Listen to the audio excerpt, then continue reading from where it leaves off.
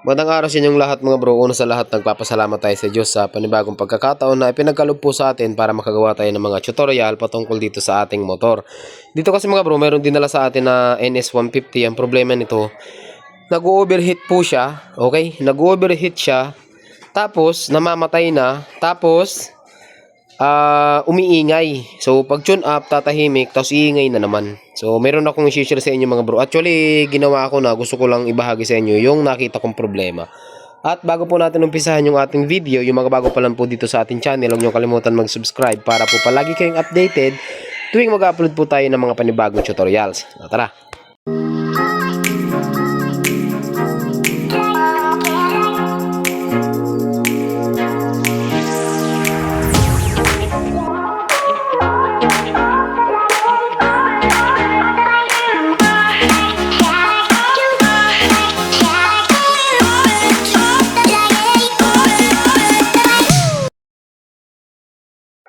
Yan, ito yun mga bro yung sinasabi ko sa inyong motor. Ito po ay Kawasaki NS150. So, applicable dun ito sa NS160 na FI.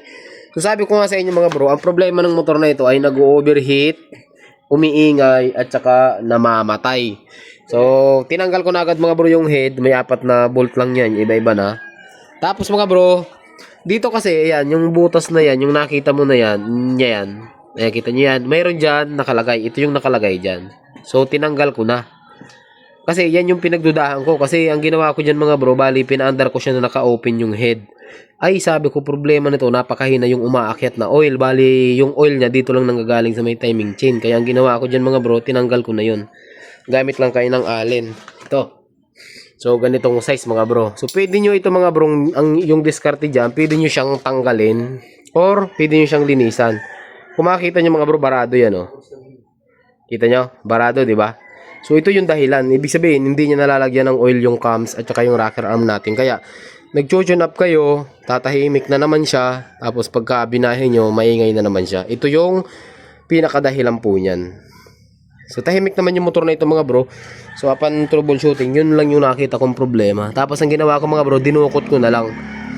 So pwede naman tong tanggalin kahit hindi nyo kinakalas yung buong head. So ang tatanggalin nyo lang dito mga bro is yung isang stud bolt dito sa may taas, may left side, yung kaharap niya.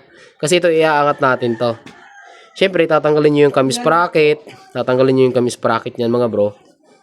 Tapos ito, yung pin. Tatanggalin natin yung pin niyan para matanggal natin yung rocker arm. So ito namang NS150, hindi naman po siya ganong kasilan kasi hindi naman po siya bearing type oh. Hindi kagaya ng mga Rouser 135 na masilan kasi kapag ka nagtanggal kayo nito ay dapat maingat. Ito hindi naman po siya kasi wala naman siyang bearing sa loob. Yan mga bro, baka meron kayong ganitong problema dun sa may mga shop or dun sa gusto mag DIY, baka maka-encounter kayo ng ganito. Ilagay nyo i-check kapag ka nag-top overhaul kayo. Iingatan nyo yung mga passage natin, oil passage. Dapat laging malinis po yan. Kasi kapag kayan, ay barado, mababaliw kayo dyan mga bro.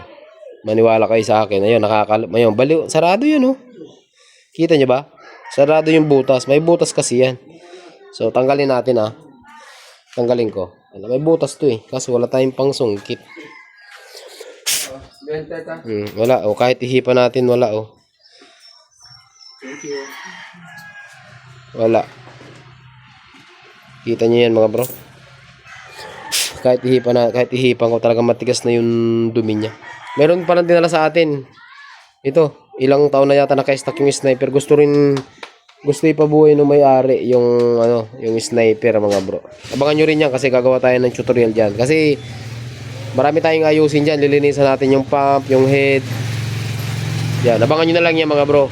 Gagawa tayo ng tutorial. Meron na akong video niyan pero gusto na may-ari makita kung ano yung gagawin natin sa motor. Assurance ba for assurance. Tama naman yun. Kaya yung ngayon, yung mga video natin mga bro, hindi na masyadong detalyado kasi paulit-ulit na lang din yung video natin. Pero dun sa mga nagre-request ng video mga bro, gumagawa pa rin po tayo ng mga basic tips or mga basic na tutorial. Dito mga bro, yung alin, malaki oh. Pero dito, maliit lang po yung butas nyo no. Kaya once na nagbara yan, problema po talaga yan mga bro. So gagawin natin dito, okay? Kaya nga sabi ko sa inyo, yung filter natin dapat po laging malinis yun, yung mga filter natin. Kasi kapag ka yung langis natin napakadumi, hindi naman makakadaan dito yan, oh.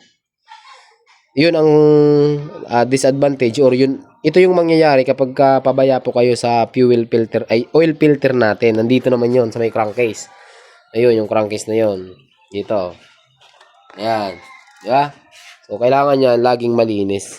So, ito, ang diskarte natin mga bro, tanggalin na lang natin to. Para talagang malakas yung langis sa head. Gagawin na natin, ano. Tapos, sa sunod na top overhaul nito, itatabi ko lang to. Para hindi na tayo magbunot, mga bro, kasi limitado lang yung budget na may-ari. Tatanggalin ko muna to, temporary.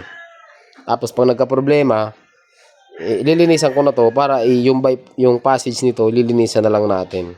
Ganon. Wala namang problema yan, mga bro, kahit tanggal to. Mas malakas ang flow ng langis niyan, mga bro. Right? So, ulitin ko dun sa mga naka-NS 160, 150, baka ganito yung problema nyo, lagi nag-overheat at umiingay. I-check nyo po yung passage na yan. Ang ginagawa ng iba dito, pinapalaki.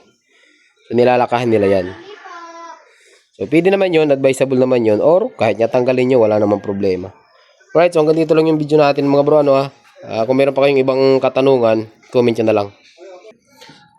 Update tayo, mga bro, ano, bali, binalik ko na. Ayan, nabalik na natin. So, gusto ko lang pakita sa inyo, mga bro. Ganun yan, oh. Napakalakas ng langis, di ba? Kunting minor pa lang, naka-idle pa lang, pero ano na, busalsal na yung oil. Ganun dapat, mga bro. Okay? So, ganyan dapat.